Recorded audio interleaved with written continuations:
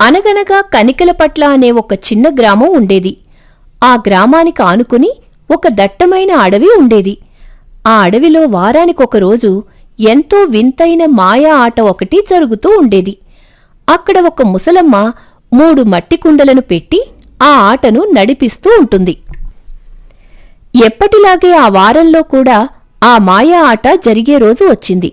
ఆ గ్రామంలో ఉన్న 2 ప్రాణస్నేహితులు రంగయ్య, శంకరయ్య దీని గురించి మాట్లాడుకుంటున్నారు.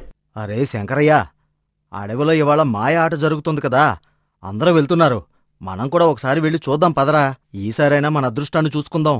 ఏమో ఆ దేవుడు కర్ణిస్తే ఆ కుండలనిది మనకే దక్కొచ్చు కదా. ఎందుకురా రంగయ్య అక్కడికి వెళ్ళడం? అనవసరంగా చేతిలో ఉన్న సొమ్మును పోగొట్టుకోవడం తప్ప వచ్చే లాభం ఏముండదో. ఆ ఆట గురించి నీకు తెలియందేముందే? మొదటి 2 కుండలు మాత్రం భలే గమ్మత్తుగా ఉంటాయి. వాటికి ఎన్ని రంధ్రాలు చేసినా అందులో నుంచి ముత్యాలు, రత్నాలు వరుసగానే వస్తూనే ఉంటాయి. కానీ ఆ 3వ కుండ దగ్గరికి వెళ్తే మాత్రం అది తప్పకుండా పగిలిపోతుంది. అలా కుండ పగిలినందుకు ఆ ముసలమ్మకు మనమే ఎదురు డబ్బులిచ్చుకోవాల్సి వస్తుంది. ఎందుకు చెప్పు మనకి గొడవ? సొమ్ము దండగ చేయడం తప్ప అందులో ఏ ఏసమెత్తు మేలు కూడా లేదు. నువ్వు చెప్పేది నిజమే కావచ్చు శంకరయ్య, కాని ఆడకపోయినా పర్వాలేదు. కేవలం అక్కడికెళ్ళి ఎలా జరుగుతుందో చూసేనే వద్దాం పదా. ఇంట్లో కూర్చునేం చేస్తాం? స్నేహితుడి మాటను కాదనలేక శంకరయ్య సరేనంటాడు. అలా ఇద్దరూ కలిసి ఆ అడవిలోని మాయా ఆట జరిగే చోటుకి వెళ్తారు. వారక్కడికి చేరుకునేసరికి ముసలమ్మ నిలబడి చేతిలో ఒక కర్ర పట్టుకుని ఇలా మాట్లాడుతోంది. రండి బాబూ రండి, కనికలపట్ల జనులారా, చుట్టుపక్కల ఊర్ల జనులారా, ఇటు చూడండి. ఈ ముసలమ్మ పెట్టే మాయా ఆట పద్ధతి ఏంటో బాగా వినండి. ఇక్కడ కనిపిస్తున్న ఈ 3 మట్టి కుండలు సామాన్యమైనవి కావు. ఈ 3 కుండలు ఒక్క చుక్కైనా పగలకుండా వాటికి రంధ్రాలు చెయ్యాలి. ఎవరైతే ఆ నేర్పుతో ఈ 3 కుండలను పగలకుండా రంధ్రాలు చేయగలుగుతారో ఆ కుండల నుంచి బంగారం, ముత్యాలు, నవరత్నాలు, ఇంకా కాసుల వర్షం కురుస్తుంది.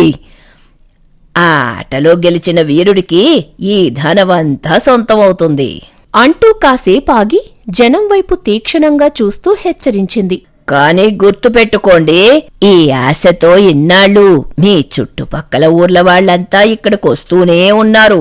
మొదటి 2 కుండలను ఎలాగోలా దాటుతున్నారు. కాని ఇప్పటి వరకు ఏ ఒక్క మగాడు కూడా ఆ 3వ కుండను పగలకుండా రంధ్రం చేసి గెలవలేకపోయాడు. 3వ కుండ పగిలిందో మీ ఆట ముగిసింది. దాన్ని పగలగొడితే జరిమానా కట్టాల్సిందే. మీలో అంత అదృష్టం ఉన్నవాడెవడైనా ఉంటే ముందుకు రండి. ముసలమ్మ అలా చెప్పేసరికి చుట్టూ ఉన్న జనాలు ఒకరి ముఖాలు ఒకరు చూసుకుంటూ గుసగుసలు మొదలయ్యాయి. రంగయ్య, శంకరయ్యలు కూడా ఆ గుంపులోనే నిలబడి ఆ మాటలు వింటున్నారు. ముసలమ్మ సవాలు విసరగానే చుట్టుపక్కల ఉన్న జనమంతా ఒక్కసారిగా నిశ్శబ్దమైపోయారు. అప్పుడే ఆ గుంపులో నుంచి ఒక ఊరి దంపతులు ధైర్యం చేసి ముందుకొచ్చారు. ముసలమ్మా, ఈ ఆట మేం మొదలెడతాం. మా అదృష్టం ఎలా ఉందో చూస్తాం అని చెప్పి ఆ దంపతులిద్దరూ కలిసి ఆటను మొదలుపెట్టారు. ముసలమ్మ సైగ చేయగానే మొదటి కుండ వారి ముందుకొచ్చింది. ఎంతో నేర్పుగా, జాగ్రత్తగా ఆ మొదటి కుండ రంధ్రం చేశారు. అంతే, మరుక్షణమే ఆ కుండలో నుంచి జలజల కాసుల వర్షం కురవటం మొదలయ్యింది. ఆ కాసులను చూసి చుట్టూ ఉన్న జనమంతా ఎంతో సంతోషపడ్డారు. ఆ భార్యాభర్తలిద్దరూ కూడా తమకు ధనం దక్కిందని మురిసిపోయారు. అక్కడ దూరం నుంచి ఇదంతా గమనిస్తున్న మన పాత స్నేహితులిద్దరూ తమలో తాము మాట్లాడుకుంటున్నారు. చూసావా రంగయ్య, పాపం వీళ్ళేదో దూరం ఊరు నుంచి వచ్చినట్టున్నారు. మొదటి కుండకి ఎంత ఆనందపడిపోతున్నారో. వీళ్ళ అదృష్టం ఎలా ఉందో ఏంటో కాని అసలైన 3వ కుండ దగ్గరికి వస్తే గాని వీళ్ళ సంగతి తెలీదు. అక్కడ ఆటలో వారనుకున్న విధంగానే 2వ కుండను కూడా పగలకుండానే రంధ్రం చేశారు. దాన్నుంచి కూడా ముత్యాలు, బంగారు నాణేల వర్షం కురిసింది. ఇక ఆ దంపతులు అమితమైన సంతోషంతో గర్వంగా 3వ కుండ దగ్గరకు వెళ్లారు. దానికి కూడా రంధ్రం చేసే ప్రయత్నం చేశారు. కాని చిత్రం, ఆ చేతి దెబ్బ తగలగానే ఆ 3వ కుండ ఒక్కసారిగా ముక్కలై పగిలిపోయింది. ఇంకేముంది, అక్కడున్న ముసలమ్మ ముఖంలో ఒక్కసారిగా క్రూరమైన నవ్వు వికసించింది. చూశారా, ఈ 3వ కుండ మీకు అదృష్టాన్ని తీసుకురాలేదు కదా, అది పగిలిపోయింది. నేనాట మొదట్లోనే చెప్పిన నియమం ప్రకారం ఈ ఆట ఆడి కుండను పగలగొట్టినందుకుగాను మీరు నాకు కొంత డబ్బును జరిమానాగా ఇచ్చుకోవాల్సుంటుంది. ముందే ఒప్పుకున్నారు కాబట్టి ఆ డబ్బు ఇక్కడ పెట్టి వెళ్ళండి. ఆ దంపతుల ఆనందం అంతా ఆవిరైపోయింది. హ, ఇదిగో ముసలమ్మ నీ డబ్బులు తీసుకో. అంటూ తాము తెచ్చుకున్న డబ్బును ముసలమ్మ చేతిలో పెట్టి అవమానంతో నిరాశతో అక్కడి నుంచి వెళ్లిపోతారు. సరిగ్గా అదే గుంపులో మరో కొత్త దంపతులున్నారు. వారి పేర్లు సుమతి, రాజేంద్ర. ఆ దంపతులలో సుమతి చురుగ్గా ముందుకు అడుగు వేస్తూ భర్తతో అంది, ఏమండి, మనం కూడా ఈ ఆటలో పాల్గొందాం పదండి. మన అదృష్టాన్ని చూసుకుందాం. వద్దు సుమతి, అప్పుడే వద్దు. కొంచెం సేపు ఈ ఆటను పూర్తిగా గమనిద్దాం. నువ్వు కూడా ఆ ముసలమ్మను బాగా గమనించు. అసలు ఆమె మూడో కొండ దగ్గర ఏం చేస్తుందో చూడు. అయ్యో, ఆమెం చేస్తుందేంటి? ఇన్నాళ్లుగా మనం ఎన్నోసార్లు చూసాం కదా, ఆ కుండలు ముట్టుకుంటేనే పగిలిపోతున్నాయి. లేదు సుమతి, ఈసారి మాత్రం జాగ్రత్తగా కంటికి రెప్పవేయకుండా పరిశీలించు. ఆ ముసలమ్మ చేసే తంత్రమేంటో తెలిస్తే మనం తర్వాత ఆ మూడో కొండను కూడా పగలకుండా రంధ్రం చేసి ఆ ధనమంతా మనం సొంతం చేసుకోవచ్చు. ఎప్పుడూ లేనిది నా భర్త ఇంత నిశితంగా వింతగా మాట్లాడుతున్నాడేంటి అని సుమతి ఆశ్చర్యపోయింది. భర్త మాటలోని అంతరార్థం గ్రహించి ఆమె కూడా ఆ ముసలమ్మను గమనించటం మొదలుపెట్టింది. ఇలా చాలాసేపు వారిద్దరూ అక్కడే నిలబడి ఆటను, ఆ ముసలమ్మ కదలికలను ఎంతో జాగ్రత్తగా గమనించారు. ఆ రోజు ఎంతోమంది దూరాభారం నుంచి అక్కడికి వచ్చి ఆట ఆడారు. కాని ఏ ఒక్కరూ కూడా ఆ మూడో కుండను గెలుచుకోలేకపోయారు. అందరూ డబ్బులు పోగొట్టుకుని వెనుతిరిగారు. సూర్యుడు అస్తమించే సమయానికి ముసలమ్మ కుండలన్నీ సర్దుకుంటూ గట్టిగా అరిచింది, ఇక ఈ ఆల్టికి ఆట ముగిసింది. ఎవరైనా ఉంటే వచ్చేవారమే. ఇక అందరూ ఇక్కడ్నుంచి వెళ్ళొచ్చు. ముసలమ్మ మాటతో చుట్టూ ఉన్న జనమంతా అక్కడి సుమతి, రాజేంద్ర కూడా తమ ఇంటికి చేరుకున్నారు. ఇంటికి వెళ్లిన తర్వాత సుమతి, రాజేంద్ర ఇద్దరూ తలుపులు వేసుకుని ఎంతో రహస్యంగా మాట్లాడుకోవడం మొదలుపెట్టారు. ఏమండి, అక్కడ అడవిలో ఆ ముసలమ్మను గమనించమన్నారు కదా, మీరేం గమనించారు? మీకేమైనా అర్థమైందా? నేనైతే ఒక వింతను గమనించాను సుమతి. కాని మొదట నువ్వేం గమనించావో చెప్పు. మొదట మీరే చెప్పండి. ఎవరైనా ఆటగాళ్ళొచ్చి మొదటి కుండను లేదా రెండో కుండను రంధ్రం చేసే సమయంలో ఆ ముసలమ్మ వారికి ఎంతో దగ్గరగా నిలబడుతోంది. కాని సరిగ్గా ఆ మూడో కొండ దగ్గరికొచ్చేసరికి మాత్రం ఆమె అందరికీ దూరంగా వెళ్ళిపోతుంది. అలా దూరంగా నిలబడి తన నోటితో ఏదో చదవడం మొదలుపెడుతోంది. ప్రతిసారి ఆమె పెదాలు కదలడం నేను స్పష్టంగా గమనించాను. ఆమె అలా నోటితో ఏదో చేయటం వల్లే ఆ మూడో కొండ ఒక్కసారిగా పగిలిపోతుంది. ఇదైతే నేను కనిపెట్టాను. మరి నువ్వేం చూశావు? ఏవండి, నేను కూడా సరిగ్గా అదే గమనించాను. కాకపోతే నేను దానికంటే ఒక అడుగు ముందుకేసి ఇంకో వింతను కూడా చూశాను. మొదటి 2 సార్లు ఆమె దగ్గరగా నిలబడి మూడోసారి మంత్రం దూరంగా జరిగి ఆ కుండవైపు తన వేలు చూపిస్తుంది. అలా వేలు చూపించి ఏదో మంత్రం చెప్పిస్తుంది. నేనెవ్వరికీ అనుమానం రాకుండా ఆమెకు కాస్త దగ్గరగా వెళ్లి ఆ మంత్రాన్ని కూడా విన్నాను. ఆ మంత్రం చదివిన వెంటనే మన కంటికి సరిగ్గా కనపడనంత వేగంగా ఒక చిన్న మెరుపు ఆ ముసలమ్మ వేలి నుండి కుండ మీదికి వెళ్తోంది. ఆ మెరుపు తగలగానే కుండ పగిలిపోతోంది. కంటిరెప్ప పాటులో జరిగిపోయే ఆ మెరుపును నేను పదే 4 సార్లు గమనించానండి. ఆ మాట వినగానే రాజేంద్ర ముఖంలో ఒక గెలుపు నవ్వు కనిపించింది. అయితే ఇప్పుడు నాకు పూర్తిగా అర్థమైంది సుమతి. ఆ ముసలమ్మ మాయలు మంత్రాలు చేస్తోంది. తన మాంత్రిక శక్తితోనే మొదటి 2 కుండలు పగలకుండా ఆపుతోంది.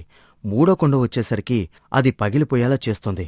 ఈ మాయా విద్యతోనే ఆమె ఇన్నేళ్లుగా జనాన్ని మోసం చేస్తూ బాగా డబ్బు సంపాదిస్తోంది. ఇన్ని సంవత్సరాల నుంచి ఊర్లో ఎవరూ దీన్ని గమనించలేకపోయారు. కాని ఈసారి మనం పట్టుకున్నాం. ఇక ఆ మూడవ కుండ విజయం కూడా మనదే కావాలి.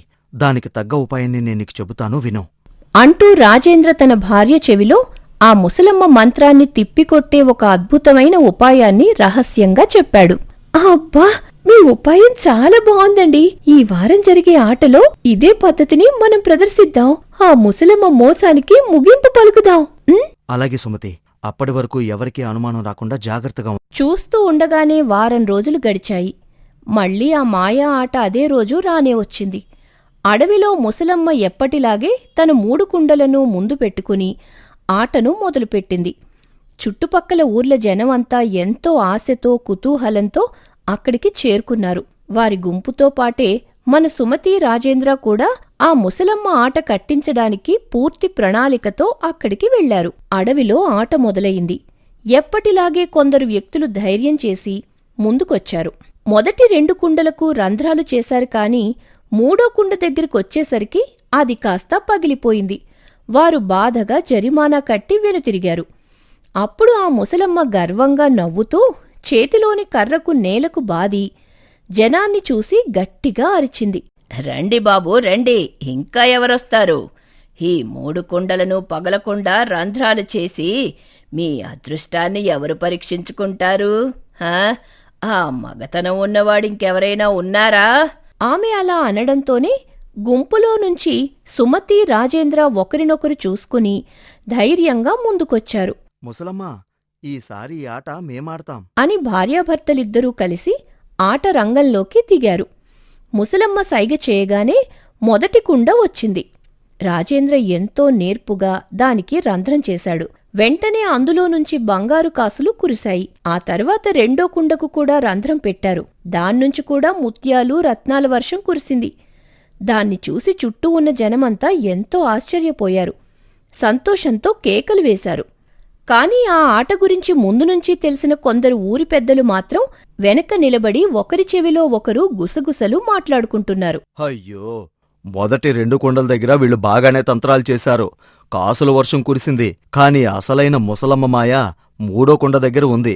అక్కడికి వచ్చే సమయానికి ఎలాగైనా ఆ కుండ పగిలిపోతుందిలే. పాపం, వీళ్ళ డబ్బు కూడా దండగే. ఇక సుమతి, రాజేంద్ర 3వ కుండ దగ్గరికి వెళ్లారు. వారనుకున్న ప్రణాళిక ప్రకారమే ముసలమ్మ మెల్లగా అందరికీ దూరంగా వెళ్లటం సుమతి గమనించింది. అలా దూరంగా వెళ్లిన ముసలమ్మ ఎవరికీ తెలియకుండా తన చేతివేలిని కుండవైపు చూపించి నోటితో మంత్రం జపించబోయింది.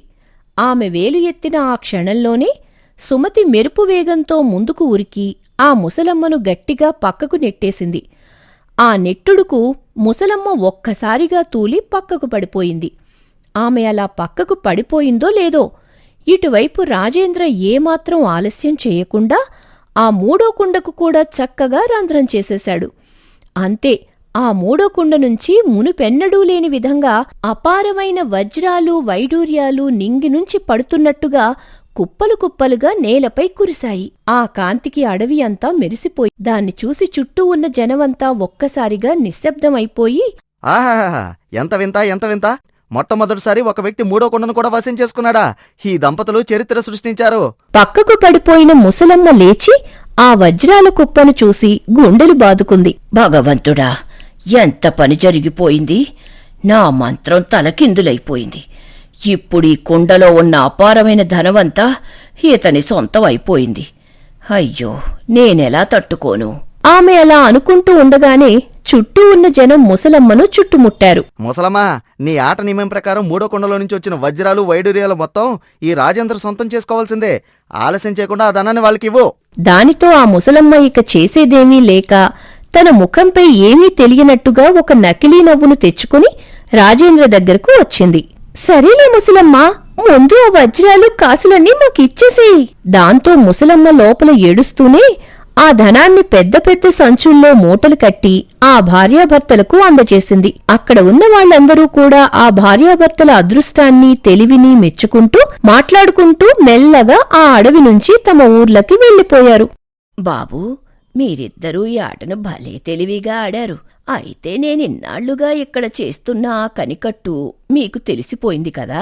ఆ సంగతి కనిపెట్టే కదా నా వేలి మంత్రం కుండకు తగలకుండా నన్ను పక్కకు నెట్టేశారు. ఆ మాట వినగానే సుమతి, రాజేంద్రలు గంభీరంగా నవ్వారు. అవును ముసలమ్మా, నువ్వు అమాయకులైన ప్రజల అదృష్టాన్ని ఆసరాగా చేసుకుని నీ మాయాతంత్రాలతో ఇన్నేళ్లుగా అందర్నీ మోసం చేస్తున్నావు. నీ కపటం మాకు తెలిసింది కాబట్టే నిన్ను అడ్డుకోవడానికి మేము ఈ విధంగా చేయవలసొచ్చింది. ముసలమ్మ ఆ మాటలకు అస్సలు భయపడకుండా గట్టిగా పొగరుగా నవ్వటం మొదలుపెట్టింది. నా ఆట కట్టేస్తారా? ఎంత అమాయకులు బాబూ మీరు! ఈరోజు మీరు 3వ కొండని గెలుచుకున్నారని తెలిసి జనాలందరూ పండగ చేసుకుంటున్నారు. రేపటి నుంచి ఆట ఆడి అదృష్టాన్ని పరీక్షించుకోవడానికి వచ్చేవాళ్ల సంఖ్య 100 రెట్లు పెరుగుతుంది గాని తగ్గదు. మీరనుకున్నట్టిక్కడ ఏమీ జరగదు. నా వ్యాపారం అస్సలాగదు.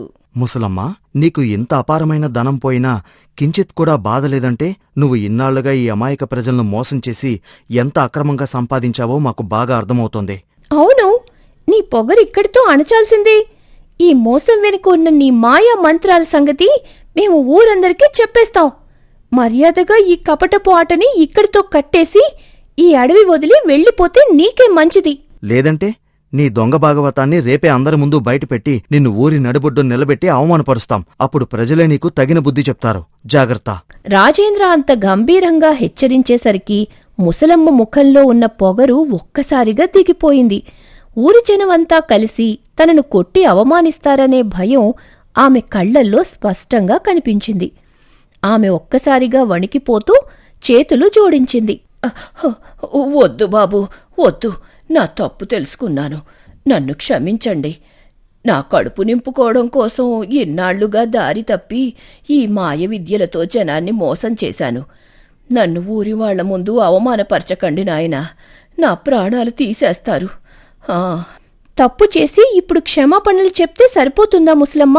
ఇన్నాళ్లు నువ్వు చేసిన పాపానికి ప్రాయశ్చిత్తం కావాలి. మీరు ఏం చెబితే అది చేస్తాను తల్లి. ఇప్పటికిప్పుడు ఈ మాయా 3 కుండల ఆటను శాశ్వతంగా కట్టేస్తాను. ఈ మంత్రవిద్యలను ఇక్కడితో వదిలేస్తాను. సరే, నీ వయసుకు తగ్గట్టు ఏదైనా కష్టపడి 4 రొట్టెలు చేసుకుని బ్రతికేలాంటి మంచి పని చూసుకో. అంతేకాని మళ్ళీ ఎలాంటి మోసాలకు పాల్పడ్డావో నిన్ను ఎవరూ కాపాడలేరు. అలాగే బాబు. ఇకపై రూపాయి వచ్చినా కష్టపడి ధర్మంగా బ్రతుకుతాను కాని ఇలాంటి పాపపు జోలికి వెళ్లను. ఇలాంటి పాపపు ఆటల జోలికి వెళ్లను. నాకు కళ్ళు తెరిపించారు. పుణ్యం కట్టుకోండి. ఆ ముసలమ్మ అన్నమాట ప్రకారం ఆ రోజే ఆ మాయాకుండల ఆటను పూర్తిగా కట్టేసింది. ఆ తర్వాత ఒక చిన్న అంగడి పెట్టుకుని కష్టపడి ధర్మంగా జీవించటం మొదలుపెట్టింది. సుమతి, రాజేంద్రలు తమ తెలివితో ఒక పెద్ద మోసాన్ని అడ్డుకుని గెలుచుకున్న ధనంతో ఎంతో సంతోషంగా జీవించసాగారు.